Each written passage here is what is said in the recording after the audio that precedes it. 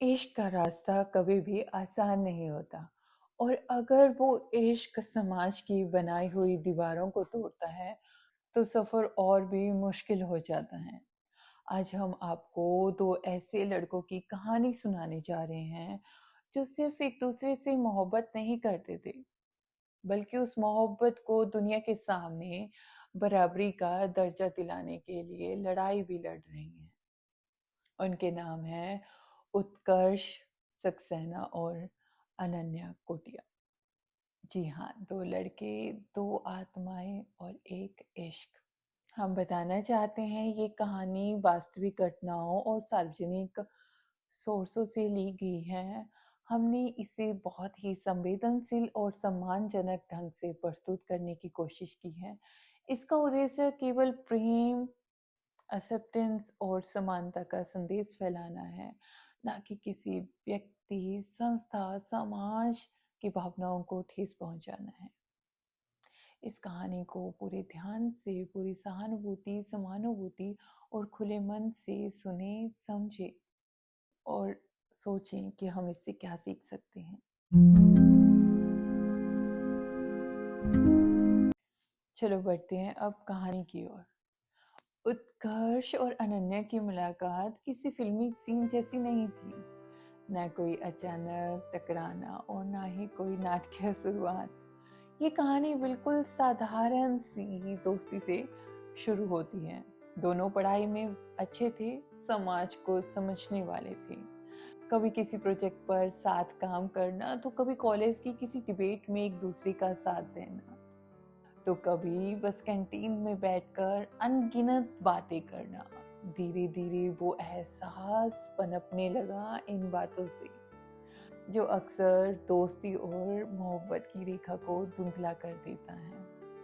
उन्हें समझ में नहीं आ रहा था ये कैसा जुड़ाव है। बस इतना पता था, जब भी एक दूसरे के पास होते तो बेवजह चेहरे पर मुस्कान आ जाती, बेवजह दिल धड़कने लगता।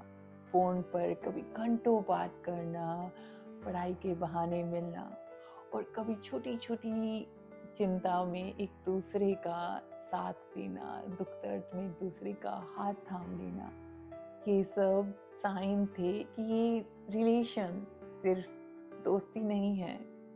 लेकिन ये एहसास जितना मीठा था उतना ही डरावना भी, क्योंकि दोनों जानते थे ये इश्क समाज की मंजूर हुई मोहब्बत जैसा नहीं है। फिर एक दिन, एक लंबी बातचीत के बाद आखिरकार चुप्पी टूट गई। अनन्या ने धीरे से कहा, शायद ये दोस्ती से ज्यादा है। उत्कर्ष की धड़कनें भी ये सुनकर तेज हो गई। उसने बस मुस्कुरा कर जवाब दिया, हाँ, मुझे भी ऐसे ही लगता है। वो लम्हा छोटा था, लेकिन जैसे उनके दिलों से एक बर्डन उतर गया हो। अब वो सिर्फ अच्छे फ्रेंड नहीं थे, वो एक दूसरे की दुनिया बन चुके थे। लेकिन इस रिश्ते को स्वीकार करना इतना भी आसान नहीं था। समाज सवाल उठाता, परिवार दबाव डालता और सबसे बड़ी दीवार थी भारत का कानून, जो समलैंगिक विवाह को कानूनी मान्यता नहीं देता। सोचिए, जब आपका दिल किसी को चुन ले बिना इस बात की फिक्र के कि उसका लिंग क्या है, उसका जेंडर क्या है, उसका धर्म क्या है, उसका रंग रूप क्या है, तो क्या आपको ये हक नहीं होना चाहिए कि आप उसके साथ अपना जीवन बिता सकें? लेकिन उत्कर्ष और अनन्या को बार बार कहा गया, ये गलत है, क्योंकि वो दो लड़के हैं, ये हमारे कल्चर के अगेंस्ट है। सोसाइटी क्या कहेगी? उनके इश्क को लोग बीमारी समझने लगे, तोहमत लगाने लगे, मजाक बनाते। लेकिन दोनों डरे नहीं। उन्होंने कहा, हमारा प्रेम कोई अपराध नहीं है, ये हमारी पहचान है। उत्कर्ष और अनन्या ने तय किया कि अगर सोसाइटी और फैमिली नहीं समझेंगे तो वो अदालत से इंसाफ मांगेंगे। उन्होंने भारत की सुप्रीम कोर्ट में याचिका दायर की कि समलैंगिक विवाह को भी वही अधिकार मिलना चाहिए जो किसी भी विवाह को मिलता है। उनकी लड़ाई सिर्फ अपनी मोहब्बत के लिए नहीं थी, बल्कि उन हजारों लाखों प्रेमियों के लिए थी जो आज भी डर कर छुप कर जी रहे हैं, ये बताने में कि वो डिफरेंट है। वो चाहते थे कि भारत में इश्क का रंग सिर्फ एक रंगा ना हो, सिर्फ लड़का या लड़की का ना हो, बल्कि हर रंग को, हर आत्मा को बराबरी का दर्जा मिले। अदालत का फैसला अभी तक पूरी तरह उनके पक्ष में नहीं आया। सुप्रीम कोर्ट ने कहा कि विवाह कानून बदलना संसद का काम है, लेकिन इस लड़ाई ने एक इतिहास लिख दिया। आज भारत में LGBTQ+ प्रेम की आवाज ज्यादा बुलंद है, और इसकी वजह है उत्कर्ष और अनन्या जैसे लोग, जिन्होंने डर की बजाय हिम्मत चुनी, जिन्होंने ये बताया कि प्रेम का कोई जेंडर नहीं होता। प्रेम किसी को किसी के साथ भी कभी भी कहीं भी हो सकता है, और जैसे हम हैं, जैसे हम इंसान हैं, हमें उसी तरीके से एक्सेप्ट करना चाहिए, क्योंकि प्रेम एक नेचुरल एहसास है। हमें समझना होगा। ये कहानी हमें बताती है कि इश्क जब होता है तो वो सिर्फ दो दिलों तक नहीं रहता, बल्कि पूरी पीढ़ी को, पूरी एक जनरेशन को रास्ता दिखाता है, पूरी पीढ़ी का रास्ता बदल देता है।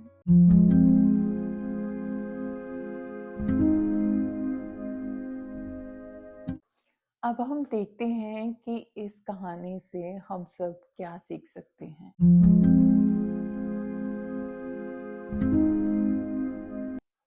सबसे पहले हमें ये समझना होगा कि प्रेम का कोई जेंडर नहीं होता। प्रेम तो आत्मा का रिश्ता है, शरीर का नहीं। जो लोग प्रेम में होते हैं वो बस अपने साथी के साथ शांति से और खुशी से जीवन जीना चाहते हैं, लेकिन जब फैमिली, सोसाइटी उनका साथ नहीं देती तो घर में तनाव, हिंसा और अशांति फैलती है।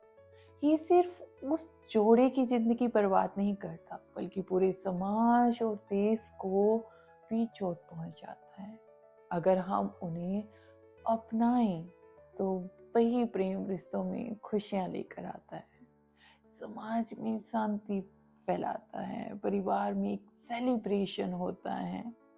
हमें ये समझना होगा, प्रेम कोई अपराध नहीं है, प्रेम कोई विद्रोह नहीं है, प्रेम कोई गलती नहीं है, बल्कि प्रेम इंसान का सबसे सुंदर अधिकार है।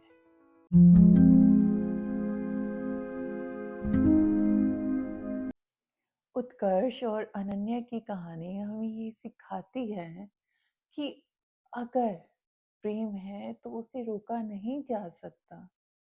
ये लड़ाई सिर्फ उनकी नहीं है, बल्कि उन तमाम दिलों की है जो बराबरी और सम्मान के साथ जीवन जीना चाहते हैं। इतना ही कहेंगे कि जब भी कैसी भी कंडीशन में कोई आकर कहे कि हम प्रेम में हैं, तो उसको गलती नहीं माने, बल्कि उसको समझें, उसको अपनी ब्लेसिंग्स दें।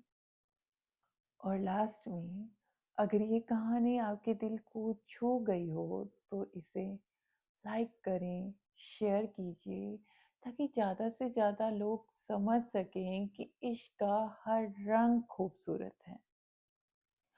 और हाँ, कमेंट में ज़रूर बताइएगा कि आपके अनुसार प्रेम को लेकर समाज की सोच को कैसे बदला जा सकता है, हम प्रेम को कैसे रिस्पेक्ट दे सकते हैं। Thank you so much. मिलते हैं नेक्स्ट वीक एक नई स्टोरी के साथ, एक नई लव स्टोरी के साथ। हम लेकर आएंगे दो कहानियाँ, एक जिसमें इश्क सजा बना और दूसरी कहानी जिसमें इश्क सवेरा बना। अगर आपकी भी कोई कहानी है, अगर आप भी हमें अपनी कोई लव स्टोरी शेयर करना चाहते हैं, आपका कोई दर्द शेयर करना चाहते हैं, तो आप हमें कमेंट में या फिर आप हमें मेल भी कर सकते हैं।